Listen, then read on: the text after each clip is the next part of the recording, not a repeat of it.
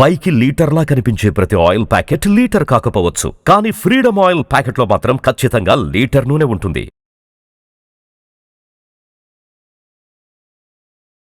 నమస్తే, welcome to Suman TV. ప్రస్తుతం మనతో పాటు ఉన్న డాక్టర్ రాజేష్ గారు హెల్త్ గురించి మరికొన్ని అప్డేట్స్ సార్ని అడిగి తెలుసుకుందాం. నమస్తే సార్. నమస్తే మా సార్, ఈరోజు ఒక ముఖ్యమైన టాపిక్ని మీ ముందుకు తీసుకొని వచ్చేసాను.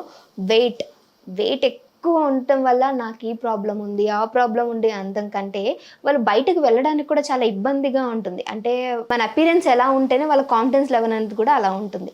బట్ ఇలా ఎక్కువ ఉండటం వల్ల వెయిట్ వాళ్ళకి ఎలాంటి ప్రాబ్లమ్స్ వస్తాయి, ఒకవేళ ఇప్పుడిప్పుడే బాగా వెయిట్ పెరుగుతూ తగ్గించుకోవాలన్నా కానీ కొంచెం ఇబ్బందికరంగా ఉంటుంది, ఎందుకంటే ఎక్సర్సైజ్ అవన్నీ చేయలేరు. సో అలాంటి వాళ్ళ సిచ్యువేషన్ ఏంటంటారు sir? So first of all చాలా ఇంపార్టెంట్ టాపిక్. ఎందుకంటే నేను ఎప్పుడు ప్రోగ్రామ్స్లో చెప్తుండేది ఏంటంటే లైఫ్ స్టైల్ డిజీజ్ అని చెప్తుంటాను, ఆర్ మెటబాలిక్ డిజీజ్ అని చెప్తాను. సో మెటబాలిక్ డిజీజ్ అంటే మన బాడీలో జరిగే జీవక్రియలకు సంబంధించిన జబ్బులు. వాటిల్లో ఫస్ట్ అండ్ ఫార్మోస్ట్ వెయిట్. ఎందుకంటే ఒబేసిటీ రూట్ కాజ్ ఫర్ ఈ కండిషన్స్కి. సో ఊబకాయం గురించి చెప్పాలంటే ప్రపంచవ్యాప్తంగా ఒక పెద్ద పాండమిక్ అయిపోయింది. ఊబకాయం అనేది ఒట్టి వెస్ట్రన్ దేశాల్లోనే ఉన్నాయంటే అదొక అపోహ. ఎందుకంటే విపరీతంగా మనం వెస్టర్నైజేషన్కి అడాప్ట్ చేసుకున్నాము. దాని కారణంగా మనము ఎక్కువ శాతం ఊబకాయానికి గురవుతున్నాం. ఈ పర్టిక్యులర్ పాపులేషన్ గురించి చూసుకుంటే ఎర్లీగా by the age of 20 over weight ఉన్న పాపులేషన్ పెరుగుతూ పోతుంది. సో ఓవర్ వెయిట్ అంటే దీన్ని ఒక క్రైటీరియాతో కొలుస్తారు, అదే బాడీ మాస్ ఇండెక్స్, బిఎంఐ అంటాం. సో ఈ బిఎంఐలో నార్మల్ బిఎంఐ, ఒక నార్మల్ పర్సన్కి ఉండాల్సిన బిఎంఐ 18 to 25.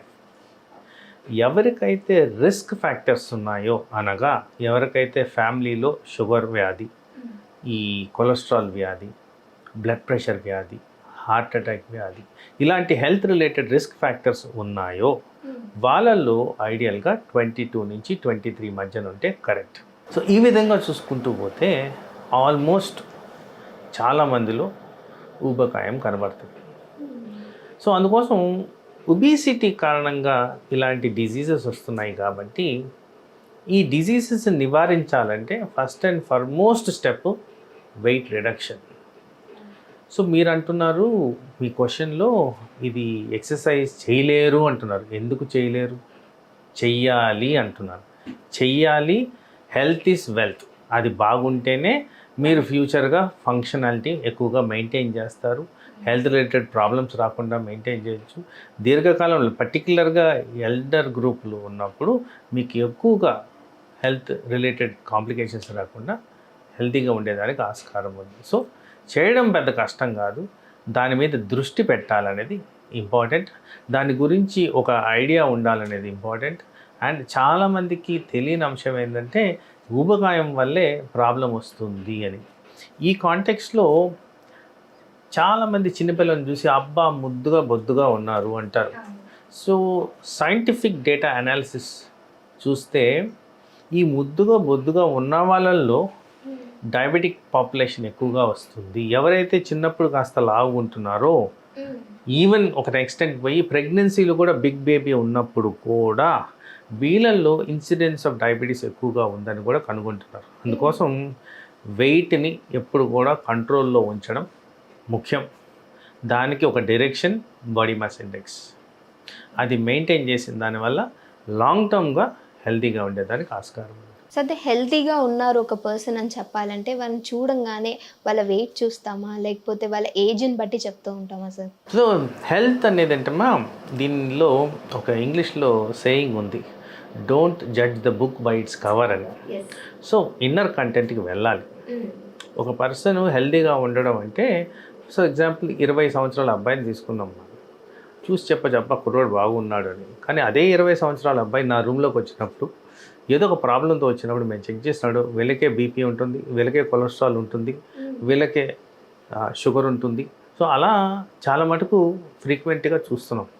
మరి వీటిలన్నిటికీ కారణం ఏంటని చూసుకుంటే మన డైలీ యాక్టివిటీస్ ఆఫ్ లివింగ్ బట్టే అది వస్తుందని మేము డిసైడ్ అవుతున్నాం. ఎందుకంటే ఎక్కువ శాతం మల్టీనేషనల్ కంపెనీస్లో పనిచేసే ఎంప్లాయీస్లో ఇది ఎక్కువగా కనిపిస్తుంది. దానికి స్ట్రెస్ ఫ్యాక్టర్ కావచ్చు, అవుట్ ఆఫ్ అవర్స్ వర్కింగ్ కావచ్చు, ల్యాక్ ఆఫ్ స్లీప్ కావచ్చు, టార్గెట్ ఓరియంటెడ్ జాబ్స్ కావచ్చు. సో ఇలా చూసుకుంటూ పోతే చాలా ఎక్కువగానే ఇలాంటి సిచ్యువేషన్స్కి మేము ఎక్స్పోజ్ అవుతున్నాం. సో ఆ కారణంగా అవేర్నెస్ అనేది రావాలి. సో బయట నుంచి చూసేదానికన్నా లోపల చెక్ చేసుకోవడం అనేది ఇంపార్టెంట్.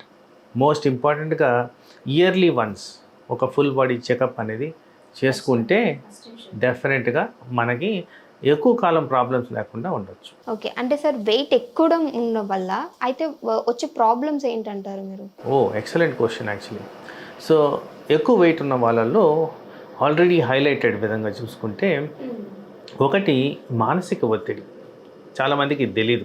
ఎలా సార్? వెయిట్ ఎక్కువ ఉన్న వాళ్ళు, మీరు అన్నారు కదా బయటకు రావడం కూడా కష్టం అవుతుంది. ఓకే, ఫస్ట్ పాయింట్ అదే. అంటే వాళ్ళు మానసికంగా కుంగిపోయి అది ఇంట్లో కూర్చొని ఇంకా తింటారు, ఇంకా పెరుగుతారు. సో అది మేజర్ థింగ్. తర్వాత కొద్దిగా సైంటిఫిక్గా వెళ్తే వీళ్ళు పోయే నిద్ర కూడా ప్రాపర్గా ఉండదు వెయిట్ కారణంగా. తర్వాత వీళ్ళల్లోనే ఇన్సిడెన్స్ ఆఫ్ డయాబెటీస్ ఎక్కువగా ఉంటుంది. వెయిట్ అనగానే ఫ్యాట్, కొలెస్ట్రాల్ ఎక్కువగా ఉంటుంది, జాయింట్ పెయిన్స్ ఎక్కువగా వస్తాయి, వారికోస్ వీన్స్ అనేవి ఎక్కువగా చూస్తున్నాం. తర్వాత ఇలా పెట్టుకుంటూ పోతే అబ్స్ట్రక్టివ్ స్లీప్ యాప్నియా, ఇది ఒక న్యూ టర్మినాలజీ. నిద్రలో miss match of oxygen carbon dioxide, ఊబకాయం వల్ల వచ్చేది, అది ఫ్రీక్వెంట్గా చూస్తున్నాం. సో ఇలా వెయిట్ ఎక్కువ ఉన్న కారణంగా వివిధ రకాల జబ్బులు వస్తున్నాయి. వీటిల్లో ఇంకొక ఏరియా ఆఫ్ కన్సర్న్ మనం ఆల్రెడీ హైలైట్ చేసుకున్న ఏరియా క్యాన్సర్.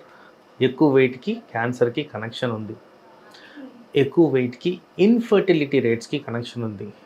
చాలా చాలా కనెక్షను ఈ అధికంగా బరువు ఉన్నందువల్ల ఎస్టాబ్లిష్ అవుతున్నాయి.